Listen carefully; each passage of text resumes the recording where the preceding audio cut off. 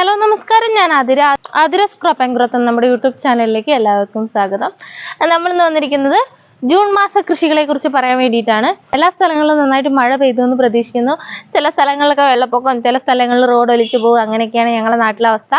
അപ്പം ചെറിയ രീതിയിലൊക്കെ അവിടെ ഇവിടെയൊക്കെ ഒന്ന് വെള്ളം പൊങ്ങിയിട്ടുണ്ട്. അപ്പം ഭൂമിയൊക്കെ നന്നായിട്ട് തണുത്ത് എല്ലാവർക്കും ഇനി മഴക്കാല കൃഷികൾ ചെയ്യാൻ തുടങ്ങാം. അപ്പം ഞാൻ ആദ്യം തന്നെ ഈ ഒരു മഴക്കാല കൃഷിയിൽ പരിചയപ്പെടുത്താൻ വേണ്ടി പോകുന്നത് നമ്മൾ പിറകിലൊക്കെ നിറയെ നിൽക്കുന്ന വെണ്ടയാണ്. നമ്മൾ ആദ്യം തന്നെ ജൂൺ മാസ കൃഷിയിൽ പറയാൻ വേണ്ടി പോകുന്നത്. ഇതിലൊക്കെ നന്നായിട്ട് കായ പിടിച്ച് വരുന്നുണ്ട്. അതുപോലെ തന്നെ ഒരുപാടെണ്ണം വിളവെടുക്കാനായി വരുന്നുണ്ട്. അപ്പം ഈ ഒരു വെണ്ട കൃഷി ഇപ്പോൾ പുതുതായിട്ട് നമുക്ക് വെണ്ടയുടെ വിത്ത് മുളപ്പിച്ചായാലോ അല്ലാന്നുണ്ടെങ്കിൽ തൈകളായിട്ടൊക്കെ കൃഷി ചെയ്യാവുന്നതാണ്. അപ്പം നമ്മൾ ഈ ഒരു വേനൽ ചൂടിനെ ഭയങ്കരമായിട്ടാണ് ഈ ഒരു വെണ്ട പ്രതിരോധിച്ചിട്ടുണ്ടായിരുന്നത്. എന്നതിന് ശേഷം ഇപ്പോൾ നന്നായിട്ട് നമുക്ക് ഈൽഡൊക്കെ തന്നുകൊണ്ടിരിക്കുകയാണ്. അപ്പോൾ ഈ ഒരു വെണ്ട നമുക്ക് മഴക്കാലത്ത് വളരെ തിമിർത്ത് ചെയ്യാവുന്നതാണ്. നല്ല രീതിയിലുള്ള വളങ്ങൾ, കുറച്ച് എല്ലുപൊടി, വേപ്പ് മണ്ണൊക്കെ അടിവളമായി കൊടുത്തു കഴിഞ്ഞാൽ നല്ല ഉഷാറായിട്ട് നമ്മളെ വെണ്ട നമുക്ക് എല്ലാ സമയത്തും വിളവെടുക്കാൻ പറ്റുന്നതാണ് കേട്ടോ. അടുത്തായിട്ട് നമുക്ക് കുറ്റിയാമര ചെയ്യാവുന്നതാണ്. കുറ്റിയാമര എല്ലാം നന്നായിട്ട് പൂ പിടിച്ച് കായായി വരുന്നുണ്ട്. അപ്പോൾ ഇത് നമ്മൾ വേനൽ ചൂടിൽ ഭയങ്കരമായിട്ടും ഒരു ഉണങ്ങിപ്പോയൊരവസ്ഥ ആയിട്ടുണ്ടായിരുന്നു. പക്ഷെ ഇപ്പോൾ നന്നായിട്ട് തന്നെ ഉഷാറായി വരുന്നുണ്ട്. അപ്പോൾ ഈ ഒരു ടൈമിൽ നമുക്ക് കുറ്റിയാമര ചെയ്യാൻ പറ്റുന്നതാണ്. അടുത്തായിട്ട് മുളക്, ഇത് വരുന്നത് മുന്തിരിമുളകാണ്. മുന്തിരിമുളക് മാത്രമല്ല, ഇത് വരുന്നത് സിറ ഇനത്തിൽപ്പെട്ട മുളകും തൈ ഉണ്ട്. അതുപോലെ തന്നെ ഗുണ്ടുമുളകും വരുന്നുണ്ട്. ഇതൊക്കെ നമുക്ക് ഈ ഒരു മാസം കൃഷി ചെയ്യാവുന്നതാണ്. നല്ലൊരു പോട്ടി മിക്സ് കൊടുത്തിട്ട് നമുക്ക് ഇതൊക്കെ മാറ്റി നടാവുന്നതാണ്. മുളക് ഈ മാസം കൃഷി ചെയ്ത് കഴിഞ്ഞാൽ, മുളക് എന്നല്ല എല്ലാ വിളകൾക്കും വേനൽക്കാലത്താണ് കൂടുതലായിട്ട് കീടങ്ങളെ ശല്യം ഉണ്ടാവുക.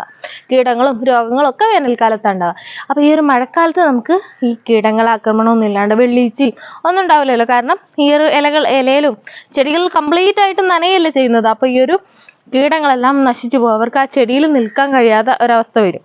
അപ്പം നമുക്ക് കീടങ്ങളും രോഗങ്ങളൊന്നും ഇല്ലാണ്ട് വെണ്ടയായിക്കോട്ടെ മുളകായിക്കോട്ടെ എല്ലാം നമുക്ക് ഈ ഒരു മാസം നല്ല കീടങ്ങളൊന്നും ഇല്ലാണ്ട് സുഖമായിട്ട് ചെയ്യാൻ വേണ്ടി പറ്റും. അടുത്ത നമുക്ക് പറയാനുള്ളത് വെള്ളരിയാണ്. ഇത് നമ്മൾ മുകളിലേക്ക് ഇങ്ങനെ പടർത്തി കൊടുത്താണ്. ഇതിലൊക്കെ പുതിയ കായൊക്കെ പിടിച്ച് വരുന്നുണ്ട്. അതുപോലെ നന്നായിട്ട് മൂത്ത് നിൽക്കുന്ന ഒരു വെള്ളരി കൂടെ ഉണ്ട് കേട്ടോ, കാണിക്കാം.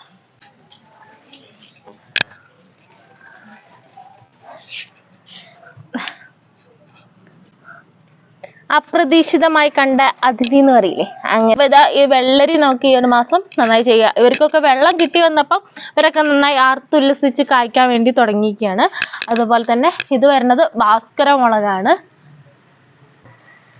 അതുപോലെ നമ്മൾ ചോളം വെച്ചിട്ടുണ്ടായിരുന്നു കേട്ടോ ടെറസിൽ.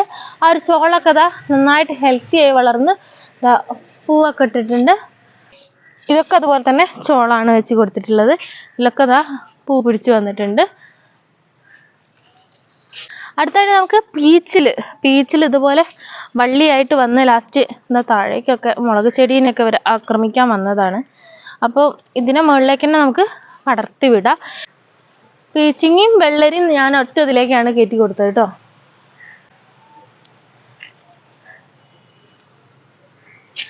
അതുപോലെ കോവയ്ക്ക, സ്റ്റാർ ഫ്രൂട്ടൊക്കെ നിറയെ പൂ പിടിച്ച് വന്നിട്ടുണ്ട്. ഇതിലുള്ള എല്ലാ പൂവൊന്നും കായ കിട്ടൂല. ഒരുപാട് കൊഴിഞ്ഞു പോവും, മഴയല്ലേ ഉള്ളത്. അപ്പോൾ പെട്ടെന്ന് കൊഴിഞ്ഞു പോവും. വേനൽക്കാല വിളയായിട്ടുള്ള പൊട്ടുവെള്ളരിയാണ് തവണ അടുത്തതായിട്ട് കാണിക്കുന്നത്. എവിടെ ഉണ്ടോ? ഇവിടെ പൊട്ടുവെള്ളരിയാണ് കാണിക്കുന്നത് അടുത്തായിട്ട്. ഈ ഒരു പൊട്ടുവെള്ളരി ഞാനേ കണ്ടിട്ടില്ലായിരുന്നു ഇതിൻ്റെ ഉള്ളിൽ വളരുന്നത്. അതുകൊണ്ട് തന്നെ കെട്ടി കൊടുക്കാൻ കഴിഞ്ഞില്ല. അതുകൊണ്ട് ചെറിയൊരു കുത്ത് വീണിട്ടുണ്ട്, ഒരു കുഞ്ഞൊരു ഹോള് വീണിട്ടുണ്ട്. അപ്പോൾ നമുക്കത് പൊട്ടിച്ചെടുക്കാം കേട്ടോ. നമുക്കൊരു വിളവെടുപ്പ് സെപ്പറേറ്റ് ആയിട്ട് തന്നെ എടുക്കാം. ഇതൊക്കെ വരുന്നത് അമ്പഴമാണ്. ഇതിലെപ്പോഴും മറ്റേ കുറ്റിക്കുരുമുളക്, ഞാൻ എപ്പോഴും പറയാറുണ്ട്, കുറ്റിക്കുരുമുളകിനെ കൊണ്ട് പറഞ്ഞ വഴി 365 ദിവസം ഇതിലൊക്കെ കായ പിടിച്ചുകൊണ്ടിരിക്കും അമ്പഴം. ഇത് പച്ചവഴുതനയാണ് വരുന്നത്, പച്ച ഉണ്ട വഴുതന. അടുത്തത് വയലറ്റിൽ വെള്ള കണ്ടോ, ഇങ്ങനെ വരുന്ന വഴുതന. നമ്മളിതിനൊക്കെ കൂടുതലായിട്ടും ഈ ഒരു പൂക്കുന്ന ആ ഒരു ടൈം ആകുമ്പോഴേക്കും നമ്മൾ ഫിഷമിനും ആണ് കൊടുക്കുന്നത്. അപ്പം ഇതുപോലെ നന്നായിട്ട് എല്ലാ പൂക്കളും നമുക്ക് കായ കിട്ടും ചെയ്യും. ഇതുണ്ടോ, ഇത് വയലറ്റ് ഉണ്ടവഴുതനേൻ്റെയാണ്. നിറയെ പൂ പിടിച്ച് വന്നിട്ടുണ്ട്. നമുക്ക് ഉണ്ടാവുന്ന എല്ലാ പൂക്കളും കായായി വരാൻ വേണ്ടിയിട്ടൊക്കെ കൊടുക്കാൻ പറ്റിയ ഒരു വളമാണ് ഫിഷ് അമിനോ. അതുപോലെ തക്കാളി ഈ ഒരു മാസം നമുക്ക് നന്നായിട്ട് ഉണ്ടായി കിട്ടും, കാരണം മഴയല്ലേ വരുന്നത്. അപ്പം മഴയിൽ തന്നെ തക്കാളി നന്നായിട്ട് ഉണ്ടാവും. അപ്പം നഴ്സറികളിൽ നിന്ന് തൈ വാങ്ങിയിട്ടോ അല്ലാന്നുണ്ടെങ്കിൽ വിത്ത് വാങ്ങിയിട്ടൊക്കെ നമുക്ക് തക്കാളി ഉണ്ടാക്കാവുന്നതാണ് കേട്ടോ. അടുത്തായിട്ട് ചിരങ്ങ ഇതുണ്ടോ, ചിരങ്ങ നമ്മൾ ഈ ഒരു പന്തലിലേക്ക് കയറ്റി വിട്ടിരിക്കുകയാണ്. നിറയെ കായായി വരുന്നുണ്ട്, പൂക്കളും കായൊക്കെ പിടിച്ച് വരുന്നുണ്ട്. അപ്പോൾ ഈ ഒരു ചിരങ്ങ കൂടെ നമുക്ക് ഈ ഒരു മാസം നന്നായിട്ട് ചെയ്യാൻ വേണ്ടിയിട്ട് പറ്റിയ ഒന്നാണ് കേട്ടോ. അപ്പോൾ ഈ ഒരു മാസത്തിലേക്ക് വേണ്ട വിത്തുകൾ 10 വിത്തുകൾ ഏതൊക്കെയാണ്? വെണ്ട, കയ്പ, മുളക്, വഴുതന, തക്കാളി, പടവലം, കുറ്റിപ്പയർ, നിമ്മീറ്റർ പയർ. ഇത്രയും 10 വിത്തുകൾ നമ്മൾക്ക് ഈ ഒരു മാസം ചെയ്യാൻ പറ്റിയ കൃഷികളെ വിത്താണ്. അപ്പോൾ ഒരു പാക്കറ്റ് വിത്തിന് 10 രൂപയാണ് വില വരുന്നത്. ഈ 10 പാക്കറ്റ് വിത്തിന് 100 രൂപ. ഒരു വിത്ത് പാക്കറ്റിന് 10 രൂപ വെച്ചിട്ട് 10 വിത്ത് പാക്കറ്റിന് 100 രൂപ പ്ലസ് CC 30 രൂപ നമ്മൾ കൊറിയർ അയച്ചു തരാം. പോസ്റ്റ് ഓഫീസ് വഴി കൊറിയർ അയച്ചു തരുന്നതാണ്. അപ്പോൾ ആർക്കെങ്കിലും വിത്തുകൾ വേണമെന്നുണ്ടെങ്കിൽ നമ്മളെ കാണിക്കുന്ന വാട്സപ്പ് നമ്പറിൽ മെസ്സേജ് ചെയ്താൽ മതി. അതുപോലെ തന്നെ ഫിഷ് അമിനോ 100 ml 50 രൂപയാണ് ചാർജ് വരുന്നത്. അപ്പോൾ ആർക്കെങ്കിലും നല്ല ഇനം മത്തിയും ശർക്കരയൊക്കെ വെച്ചിട്ട് ഫിഷ് അമിനോ ഉണ്ടാക്കാൻ ബുദ്ധിമുട്ടുള്ളവർക്ക് നമുക്ക് ഓർഡർ തരാവുന്നതാണ്.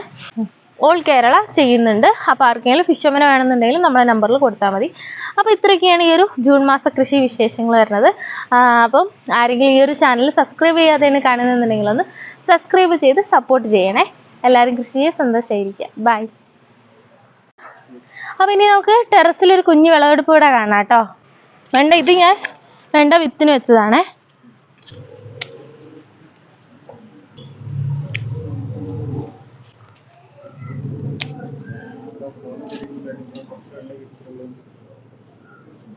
നമുക്ക് ആവശ്യത്തിനുള്ള വെണ്ട മാത്രം പറിക്കുന്നുള്ളൂ. എല്ലാ വെണ്ടയും കൂടെ പറിച്ച് നമ്മൾ നാശാക്കുന്നില്ല കേട്ടോ.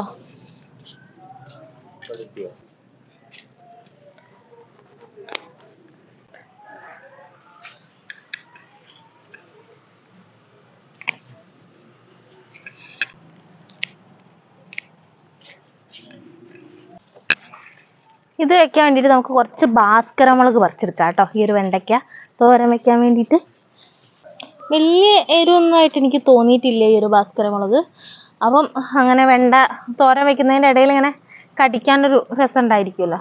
കൂടുതൽ എരിവാകുമ്പോഴല്ലേ എരിഞ്ഞ് ബുദ്ധിമുട്ടാവുന്നത്. അപ്പം ചെറിയൊരു എരിവ് ഇങ്ങനെ ഉണ്ടാവും. അപ്പം അങ്ങനെ കടിച്ച് കഴിക്കാൻ വേണ്ടി പറ്റും. ഇത്ര മതി. വെള്ളരി നമ്മൾ ഇപ്പം തന്നെ എടുക്കുന്നില്ല കേട്ടോ, ഒന്നും കൂടെ വലുതായിട്ട് എടുക്കാം. ഈ പച്ച വഴുതന നമുക്ക് പൊട്ടിച്ചെടുക്കാം.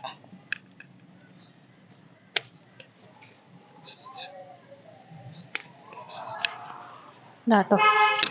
അടുത്ത വയലറ്റ് ഉണ്ട വഴുതന ഇങ്ങനെ കാണാനേ. നമ്മളിങ്ങനെ ഉണ്ടാക്കിയത് കാണുമ്പോൾ തന്നെ ഒരു സന്തോഷമാണ്.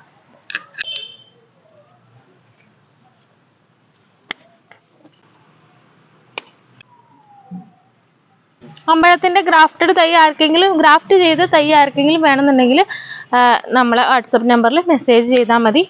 അപ്പോൾ ഇതാ അമ്പഴം ഞാൻ കുറച്ച് പൊട്ടിച്ചെടുത്തിട്ടുണ്ട്. നമുക്ക് അച്ചാറിലൊക്കെ ഇടാൻ വേണ്ടിയിട്ടേ ഉപ്പിട്ട് വെച്ചാൽ മതി ആദ്യം. എന്നതിന് ശേഷം പിന്നെ അച്ചാറുണ്ടാക്കിയാൽ മതി.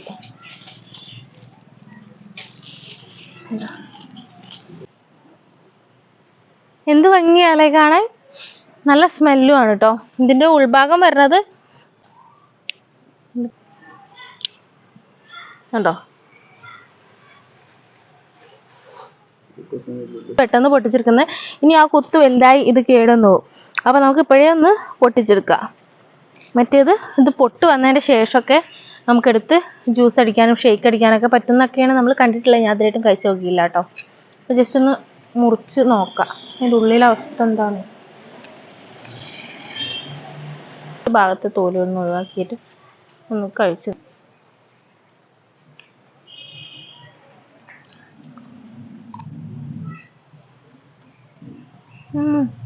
നല്ല പൊങ്ങ് കഴിക്കുന്നൊരു ഫീലാണ്. നല്ല സോഫ്റ്റാണ്, എനിക്ക് നല്ല ഇഷ്ടമായി.